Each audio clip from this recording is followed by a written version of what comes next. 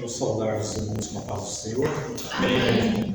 Nós vamos estudar hoje o capítulo 22 de Jó.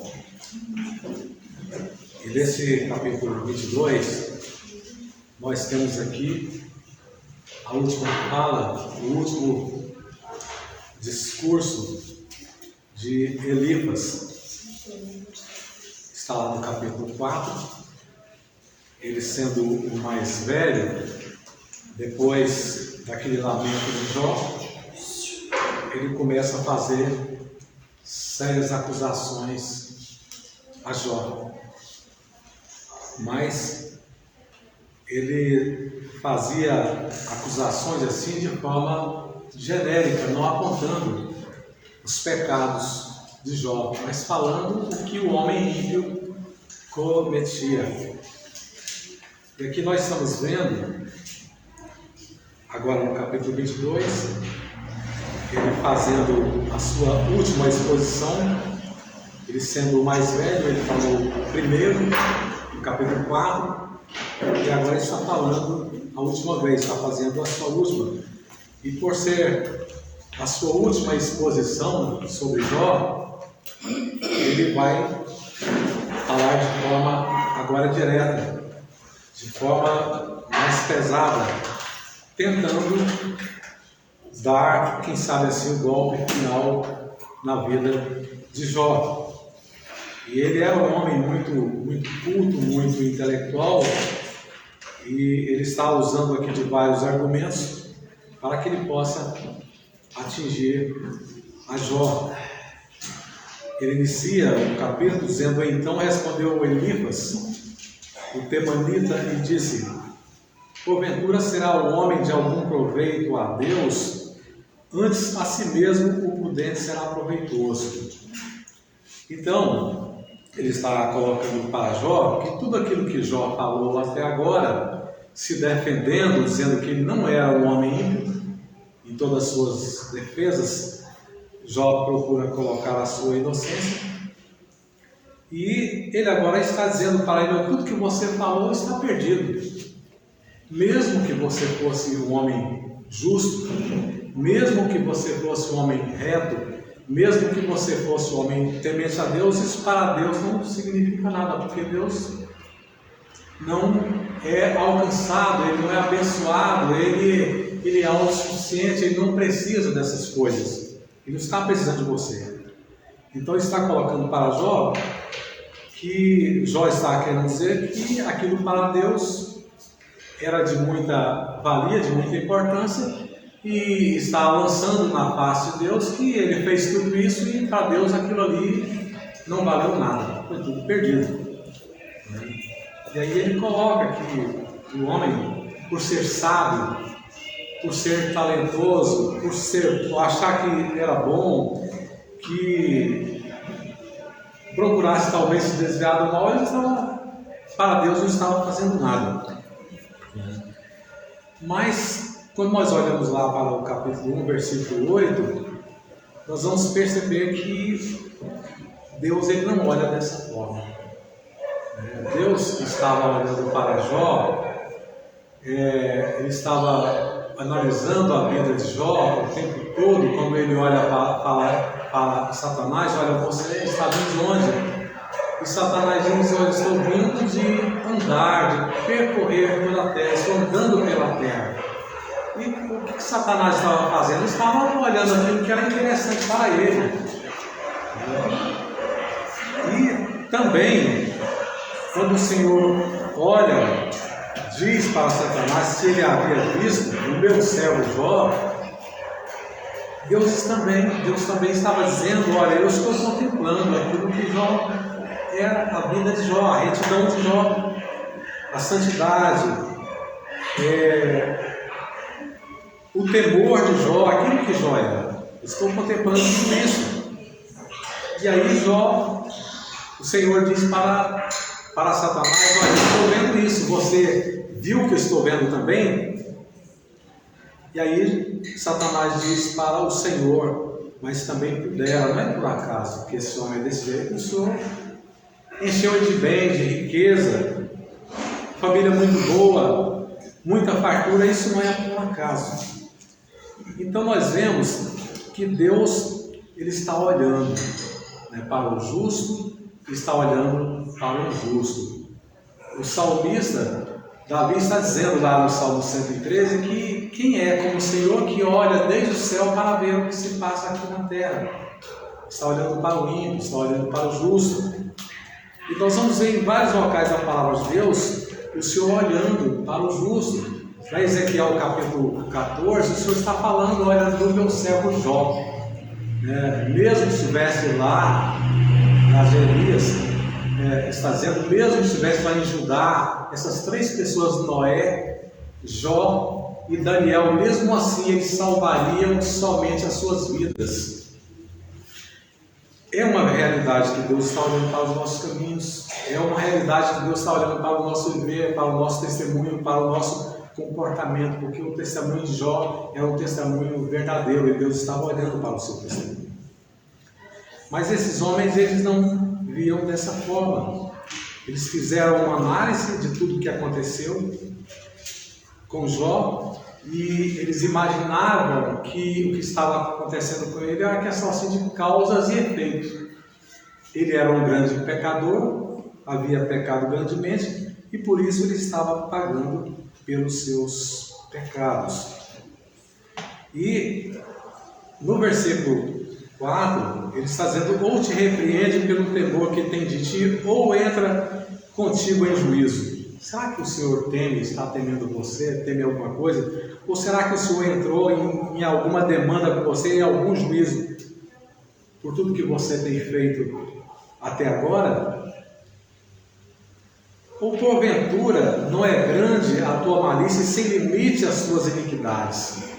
Então aquilo que ele estava colocando, que os três colocaram até agora, ele agora está trazendo assim, de uma forma assim, mais firme, dizendo para ele, será que não é grande a tua malícia? E é sem limites as tuas iniquidades, a sua maldade? É uma coisa sem limite. E a gente quando começa a pensar quem eram esses homens, eles eram verdadeiros amigos de Jó, homens que viveram uma vida toda com Jó. Tanto é que somente esses três vieram para estar com Jó naquele momento assim tão difícil. Não tinha mais ninguém, eles foram abandonados por todos, os familiares, pessoas mais próximas, e somente esses vieram. E aqui nós estamos vendo esse homem, esse mais velho,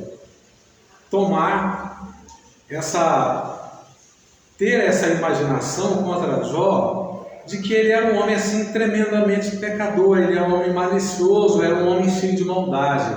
E quando ele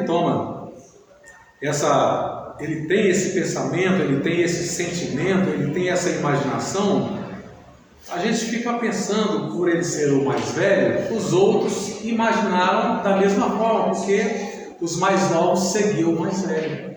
Sempre alguém está seguindo o outro, sempre tem alguém que está colocando fogo, sempre tem alguém que está colocando pilha, né? E a gente começa a olhar para a trajetória do povo de Deus. Como era a situação de José? Como era a situação de José? Um aliciando o outro, um colocando um contra o outro, né? E assim José, ele foi vendido para o Egito. A gente olha também a questão de Daniel. Estava analisando nessa madrugada um homem que teve assim, um testemunho assim, muito grande também, como teve Jó, e que em meio a essas grandes provações, mas em nenhum momento ele se rebelou contra Deus, em nenhum momento ele pecou contra Deus. E aí a gente analisa a vida de Daniel também, que mesmo sendo levado cativo, mesmo perdendo a sua família, mesmo perdendo a sua parentela, mesmo sendo levado para um país diferente, um país longínquo, mesmo estando na mão dos inimigos da sua nação, Daniel, Deus proveu que ele chegasse a trabalhar lá naquele trono, lá naquele reinado. E lá no capítulo 4 de Daniel, cita a história de que foi bom para o rei Dário, achou interessante para ele colocar 4 príncipes para que eles pudessem, aliás, 120 príncipes para que eles pudessem dar conta do reino, para que o reino não sofresse nenhum tipo de dano. E sobre esses 120, o rei resolve colocar ali 3 príncipes, e dentre eles colocou Daniel. Mas aqueles homens, pelo fato de Daniel estar sobrepujando, estar crescendo, estar despontando diante deles, o que eles fazem? Eles começam a procurar alguma forma de denegrir a imagem de Daniel, de colocar o rei contra Daniel. E eles chegaram à conclusão: olha, jamais nós vamos encontrar alguma coisa contra Daniel. Esse Daniel que o Senhor disse para Judá, mesmo que no meio de vocês tivesse Daniel, tivesse Jó, mesmo assim eu destruiria essa cidade e somente eles salvariam somente com a sua vida. E Deus está dando testemunho também desse Daniel, o que esses homens agora estão dizendo. E o Senhor falou: viste para Satanás, viste o meu servo Jó? Agora aqueles homens estão dando testemunho sobre Daniel, dizendo: nós não vamos contar nada contra esse homem, porque esse homem, ele é reto, ele é justo, ele é temente a Deus. Se nós não procurarmos contra o seu Deus, contra a sua fé, nós não vamos encontrar nada. E assim aqueles homens procuram colocar alguma armadilha, alguma coisa, e ali eles propõem ao rei que fosse promulgado um decreto de que todo homem, durante 30 dias, orasse, fizesse alguma petição a algum Deus, alguma divindade, algum Senhor, a que não fosse o rei, aquela pessoa deveria ser morta. E o rei, achando importante aquilo ali, ele baixou aquele decreto. E Daniel, como era um homem reto também, fiel, temente a Deus, o que ele faz? Ele faz aquilo que ele vinha fazendo a vida toda, em meio à dificuldade, em meio à aflição, em meio àquela perturbação. O que Jó fez naqueles momentos de crise? Jó servia ao Senhor, Jó dava um testemunho. Daniel, por sua parte, ele também, naquele momento de aflição, naquele momento de indecisão, de perseguição, como Jó estava sofrendo aqui, Daniel entra na sua casa e ali, com a sua porta aberta, virado para Jerusalém, ele 3 vezes ao dia ele continuava fazendo aquilo que ele estava fazendo. Estava ali orando, buscando ao Senhor. E aqueles homens, eles contemplam aquela atitude, eles correm ali ao rei Dario e dizem: olha, não foi baixado o decreto para que durante esses 30 dias, se alguém buscasse algum Deus, fizesse alguma petição que não fosse a ti, essa pessoa seria lançada na cova dos leões. E o rei diz: olha, esse decreto é verdadeiro e não pode se mudar, segundo a lei dos Medos e Persas. Não podia mudar. E assim, Daniel foi lançado na cova dos leões. Jó estava ali numa situação terrível. Ele estava numa situação que, para ele gostaria de estar na mesma situação que Daniel estava ali, porque ele queria morrer. Muitas vezes ele disse que queria morrer. Mas esses 2 homens, a exemplo de José, que foi lançado no calabouço, de que foi rejeitado pela sua família, esses homens, eles mantiveram o seu testemunho de fidelidade ao Senhor.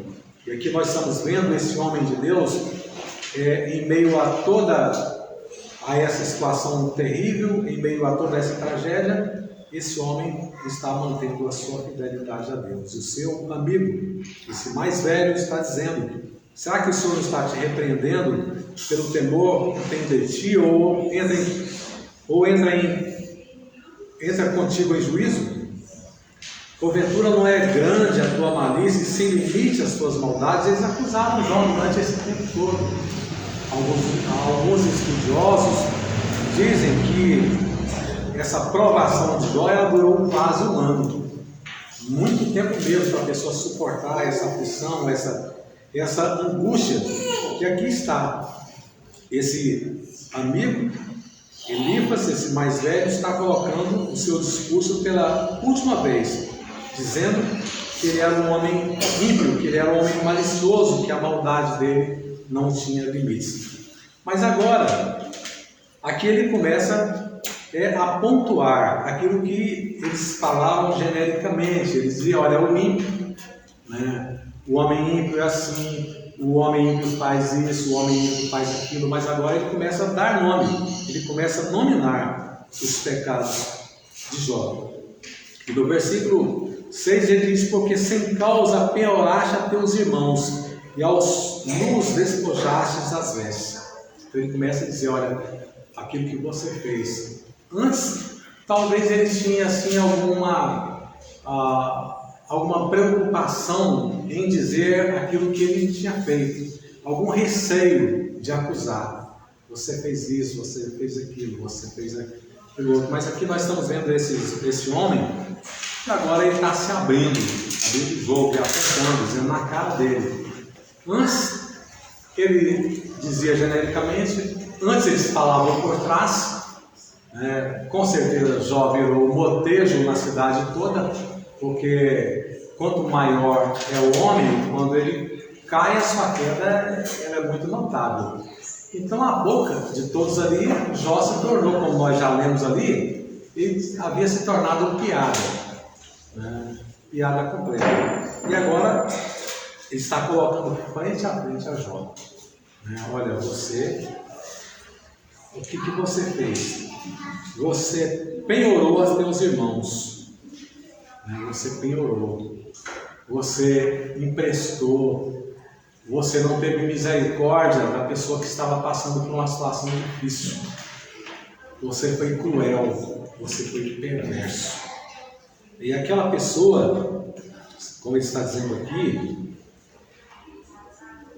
você penhorou a teus irmãos, e aqueles que estavam nus, despojaste as vestes. Aquele que estava quase sem roupa, você tomou tudo que ele tinha. Ato assim de extrema perversidade, de extrema crueldade.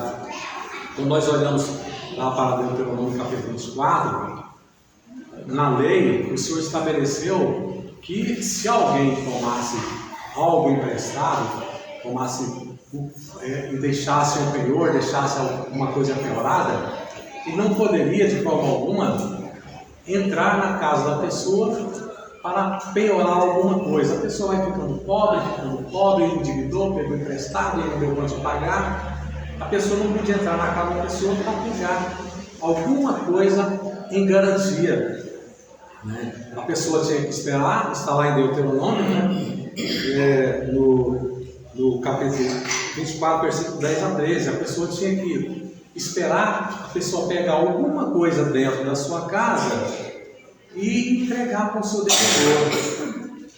Mas Jó era acusado de ter tomado na marra alguma coisa para garantir aquilo que que o necessitado tomou emprestado. E pior do que isso, quando a pessoa não tinha mais nada para dar em garantia, o que Jó fez? Jó tomou a capa da pessoa. Naquela época, a capa era algo assim de muita importância, porque naquelas tendas as pessoas usavam a capa para se cobrir, se proteger do frio. E aqui está dizendo que Jó era um homem tão cruel, tão perverso, que ele tomava a capa. Algumas versões aí vai dizer a capa da pessoa. Deixava a pessoa quase sem nada para passar a noite.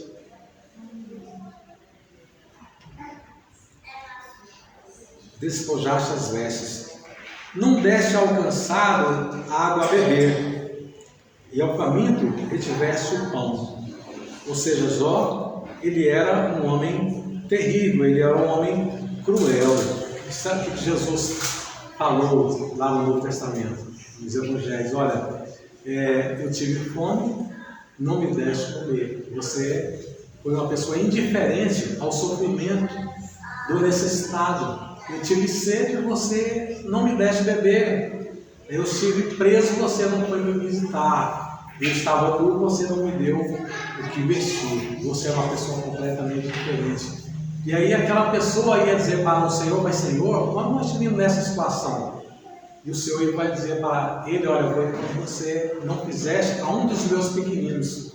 E Jó está aqui sendo acusado de ser um homem tão cruel quanto a esse, que o Senhor está dizendo: olha, apartai-vos de mim, maldito, para o fogo eterno. Apartai-vos, maldito, você é maldito. Está preparado para o diabo e seus anjos. E aqui, Elifas está aqui dando esse checkmate mortal na vida de Jó, colocando ele como esse homem perverso: não desce alcançado água a beber, e ao faminto estivesse pão. Mas para o violento era a terra, e o homem tido a respeito habitava nela. Para o pobre, para o necessitado, você foi cruel, você foi indiferente, você foi perverso. Mas para todo violento, você era a terra. Diante de você era a praia dele. Você era amigo dessas pessoas. Será que tem alguma coisa a ver com a situação que nós vemos hoje em dia? Com o nosso contexto? Quem tem muito, quem tem muito está cheio de amigos. Quando a pessoa enfrenta alguma dificuldade, até os irmãos vão embora. Todo mundo vai embora, todo mundo vira as costas. E Jó, na verdade, ele está passando pela situação. Esses homens, eles estão agindo por falta de misericórdia. Essa acusação que eles estão fazendo aqui contra Jó, é incrível que é eles que estão praticando isso. Jó estava o quê? Sem amigo. Jó estava passando fome, Jó estava desprezado, Jó estava passando frio, Jó estava doente, Jó estava numa situação completamente terrível. E esses homens estavam acusando Jó de fazer aquilo que eles estavam fazendo. Estamos vendo assim o tamanho da cegueira desses homens. E quando a pessoa perde o temor de Deus, a pessoa fica completamente cega. Fica completamente perdido, sem rumo, e ele não consegue enxergar aquilo que está acontecendo consigo, nem ao redor de si. Jó estava precisando de todo o apoio, de tudo aquilo que ele está dizendo aqui, que Jó negou, estava olhando o passado, olhando aquilo que não aconteceu. Estavam ali fazendo sérias acusações contra Jó. Mas para o violento, para o perverso, você era a terra, você era tudo para eles. O homem tido em respeito habitava nela. Tudo aquilo que era tido como pessoa respeitável, poderoso, que era rico, diante de você, essa pessoa tinha tudo. As viúvas despedistes vazias, e os braços dos órfãos foram quebrados. Mas olha, as viúvas você mandou embora vazia, você não teve misericórdia daquela que perdeu o marido, daquela que estava desamparada. Nós vemos que desde aquela época, na palavra de Deus, a preocupação era muito grande com os pobres e com os necessitados. E aqui ele está acusando Jó de ter sido indiferente com as viúvas. Você mandou embora vazia, você não se preocupou com ela. E os braços dos órfãos foram quebrados. O órfão já estava numa situação difícil, uma situação delicada, e agora vai lá Jó, esse homem todo de rico. Esse homem, como nós vemos aqui na frente, ele era acusado de ter tido ouro como o melhor ouro de Ofir. Esse ouro de Ofir é um ouro que está lá em Gênesis. Desde Gênesis está falando, Salomão falou do ouro de Ofir. E Jó era um homem tão rico, diríamos hoje, podre de rico, que tinha do milho acumulado.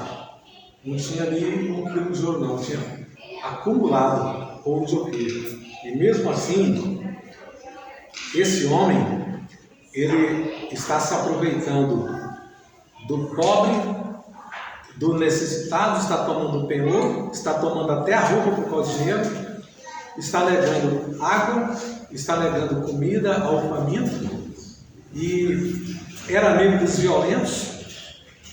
daqueles que eram poderosos, negava alimento, negava indenização para as viúvas e quebrava os braços do órfão e do necessitado. Jó realmente, no conceito desses seus amigos, não faltava mais nada. Tanto é que agora ele está dominando. Antes ele falava por cima genericamente, mas agora estão colocando o dedo. Para eles, Jó era o pior homem da face da terra. Por isso é que está cercado de laço e te perturba um pavor repentino.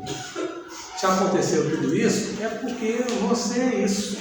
Por isso que você está agora totalmente perturbado. Você não deve estranhar isso não. Você se conhece.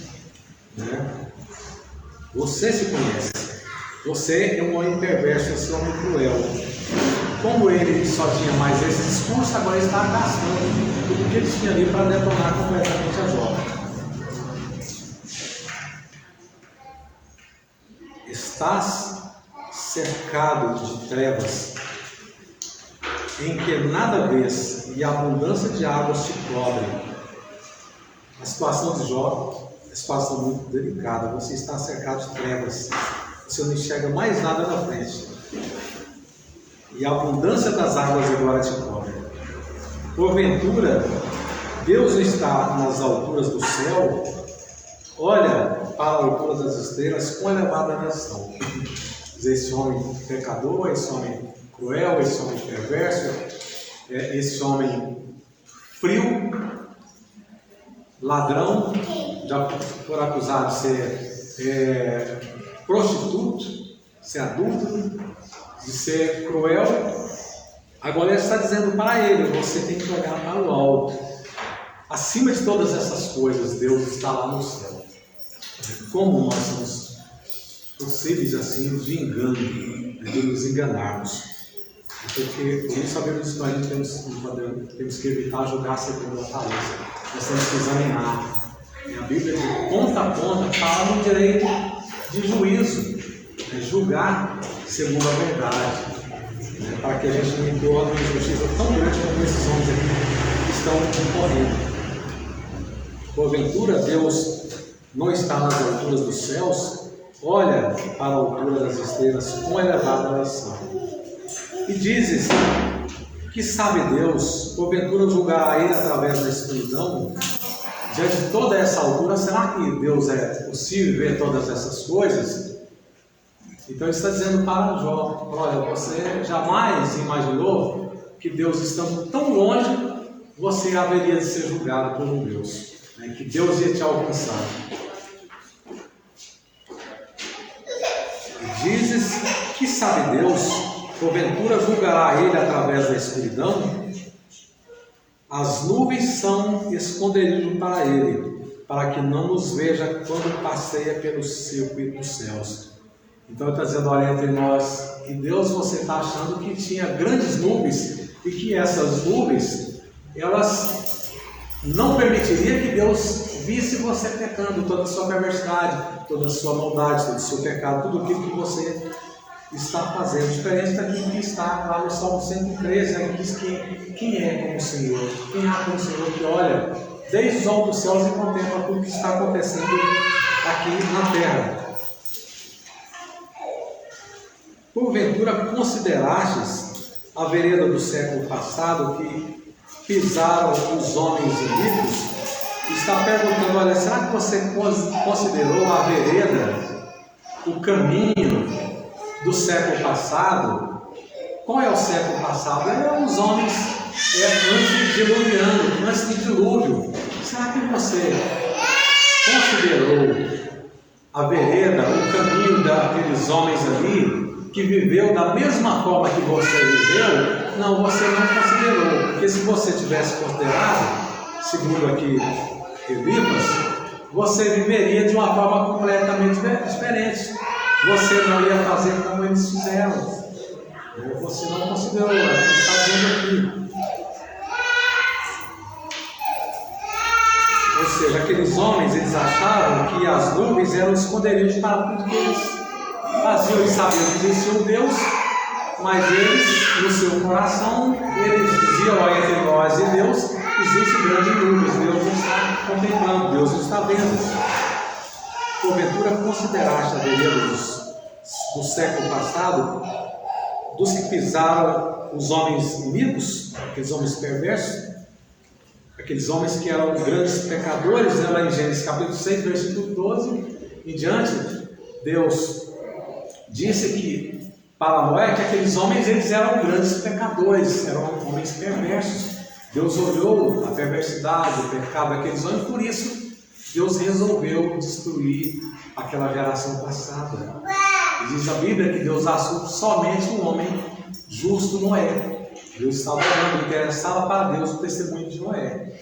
Era muito importante o testemunho de Noé, foi muito importante o testemunho aqui de Jó, porque a partir de então, todas essas pessoas que estavam olhando para o desastre da vida de Jó, estavam tendo o mesmo pensamento, acompanhando, seguindo o pensamento desse homem mais velho, desse homem de grande projeção, como era Elipas, e realmente estavam tendo Jó na condição de um grande pecador, por isso Deus fez aquilo com ele. Agora, através desse grande testemunho de Jó, através de tudo que Deus fez, da retribuição que Deus fez a Jó, esse exemplo de Jó vai interessar para Deus e para todos nós. Foi importante para Deus, não foi verdade o que Elipas estava dizendo, que não era importante para Deus o testemunho, não era proveitoso para Deus a vida que Jó alegava ser, que Jó alegava ter. Então aqui, ele está dizendo para eles: será que você analisou? Será que você pensou nas veredas daqueles homens? Você teve tempo para analisar, porque você conheceu, você era um conhecedor da vereda, de tudo que aconteceu com os antediluvianos.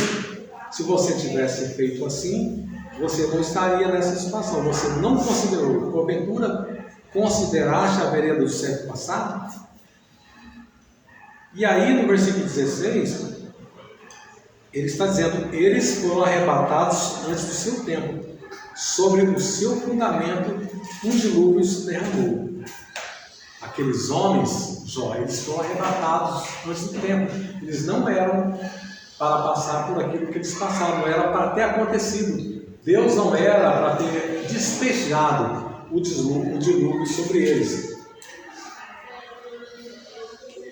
Dizia a Deus: retira de nós o que é que o Todo-Poderoso fez por nós. Aqueles antediluvianos diziam: retira de nós, não estamos nem aí para Deus. Hoje os homens fazem da mesma forma, mas não tem nada a ver com Deus, não estamos preocupados com Deus não. A humanidade hoje pensa dessa forma. E aqui ele está dizendo para Jó que aqueles homens diziam a Deus: retira-te de nós. O que é que o Todo-Poderoso fez por nós? O que tem a ver por nós? Não estamos nem aí para Deus. Sendo ele o que enchera de bens as suas casas, mas o conselho dos ímpios esteja longe de mim.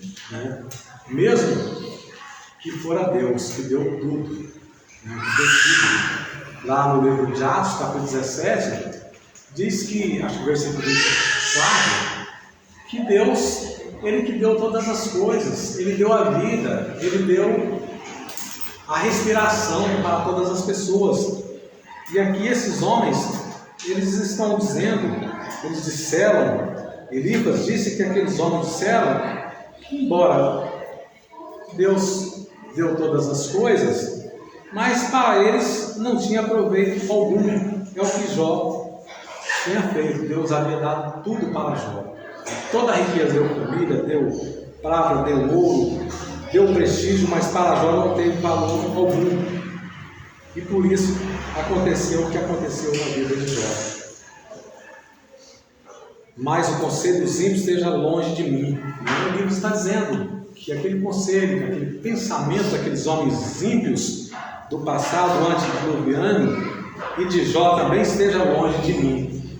Ele está sendo um homem ali que está igual o fariseu, que subiu ao templo E lá ele viu o publicano que estava ali orando e não tinha coragem sequer de levantar a cabeça, dizendo: Senhor, tem misericórdia de mim. Mas o fariseu está dizendo: te dou graça, Senhor, que não sou como esse aí, esse publicano aí. Eu oro tantas vezes por dia, eu jejuo, eu dou o dízimo, eu faço isso, eu faço aquilo. E aqui ele está dizendo isso. Longe de mim esteja o conselho de Jó, essa vida que Jó, a vida que levou, o conselho daqueles homens antes de diluviano.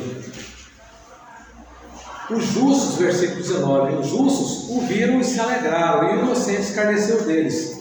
Ele está dizendo: olha, todo justo que viu o que aconteceu com o ímpio, Jó, sua família viu o que aconteceu com aquele povo, está dizendo que se alegrou. O justo da nossa época agora está se alegrando, está todo mundo feliz com o que aconteceu com você, todo mundo chegou à conclusão que você é isso mesmo, e agora está todo mundo feliz com isso aí. Lá no Salmos 91, versículo 8, fala que nós vamos ver a recompensa, o justo vai ver a recompensa do ímpio, do injusto. Lá no Salmos 2, versículo 4, está dizendo que o Senhor se rirá quando acontecer a desgraça, a tragédia do ímpio. E aqui ele está dizendo que todo o justo se alegrou, os justos o viram. Os justos estão contemplando a sua desgraça, a sua infelicidade, a felicidade de todo ímpio. E o inocente escarneceu deles. Porquanto nossos inimigos foram destruídos e o fogo consumiu. É o que aconteceu com Jó. A família dele foi destruída. Os bens que eles tinham foram destruídos. O fogo acabou com as ovelhas dele. E aqui ele está dizendo que o justo viu e se alegrou por tudo isso aí que aconteceu. Porquanto nossos inimigos foram destruídos e o fogo consumiu o que restou deles. Versículo 21, ele dá um conselho para esse homem que ele acha um homem perverso, um homem completamente desviado. Une-te, pois, a ele, e tem paz, assim sobreviverá o bem. Ele olhava para Jó, um homem sem paz, um homem sofrido, um homem desesperado, dizendo: olha, agora você une-te, chega-te a ele, para você ter paz. Assim sobreviverá um grande pregador. Temos muitos pregadores hoje aí, que não olham para o seu testemunho, e estão na condição desse homem aqui. Qual é o testemunho desses homens? Eles eram, não Jó, eles eram os cruéis, os perversos, que estão colocando Jó nessa conta. Ele está dizendo para Jó: une-se a ele que faz. É muito fácil a gente julgar as pessoas, rapidinho a gente consegue. E aí ele está dizendo: une-te a ele que tem paz. Assim sobrevirá o bem. Esse mal que está sobrevivendo você poderá ir embora. Aceita-te, peço, a lei da sua boca e põe as suas palavras no seu coração. Aceita a lei do Senhor e põe a palavra na sua boca.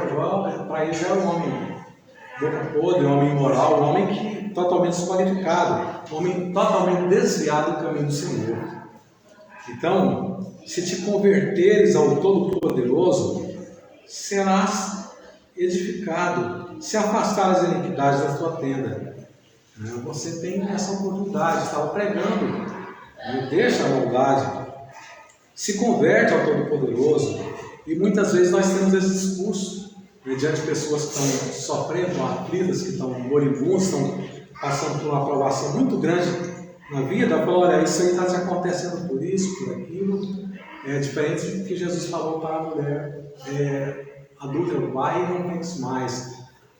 Os inimigos, os fariseus, estavam ali acusando: te aconteceu isso, por aquilo, isso é por causa disso, você vai morrer por causa disso, por causa daquilo.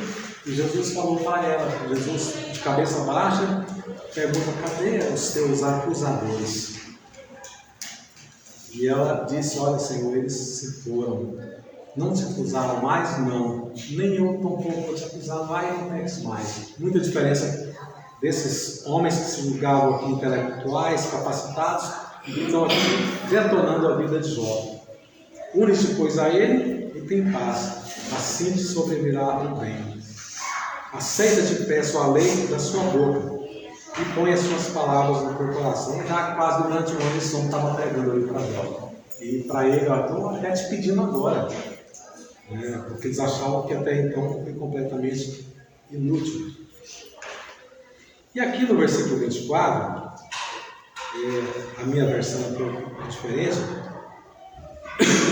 mas na realidade a melhor versão está dizendo que se ele desprezar aquilo que o coração dele estava, que era no ouro de Ofir, e em pedras preciosas, desprezar essas coisas, o coração de Jó estava no mundo, estava em riqueza, estava em poder.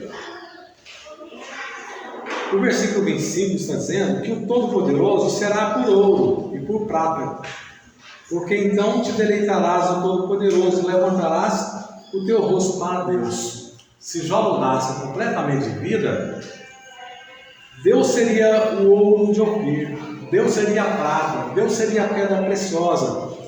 Deus poderia restaurar completamente a vida de Jó e ele se deleitaria no Todo-Poderoso, se ele virasse o rosto para o Todo-Poderoso.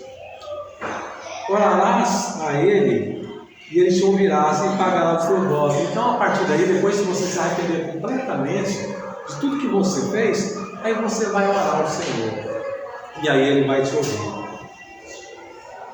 Determinarás tu algum negócio e ser-te-á firme e a luz brilhará em teus caminhos. Aqui tem até uma promessa que dá prosperidade para Jó. Jó, você vai voltar a ser rico, Deus vai te dar ouro, vai te dar prata. Quando forem abatidos, então tu dirás: haja exaltação e Deus salvará o humilde. E livrará até o que não é inocente, por será libertado por eles das mãos. Se ele arrepender, até aquele que não é inocente, Deus vai salvar. Isso aqui não é verdade, ele falou muitas verdades. Mas aqui está dizendo, olha, se você se arrepender, até o inocente lá vai ser salvo ali por causa do seu arrependimento. E nós finalizamos dizendo que o livro de Jó vai nos ensinar que há uma recompensa para o justo. Lá em Hebreus diz que o Senhor não é injusto para esquecer do nosso trabalho, da nossa obra, daquilo que nós fazemos para o Senhor. E que nós devemos também ser misericordiosos com os nossos irmãos. Que nós não fomos levantados para sermos juízes, não compete a nós. A Bíblia diz que da mesma forma que nós julgamos, nós haveremos ser julgados. Nós temos que ter cuidado com isso. É que Deus tenha misericórdia de nós, que nós venhamos a ser misericordiosos com os nossos irmãos.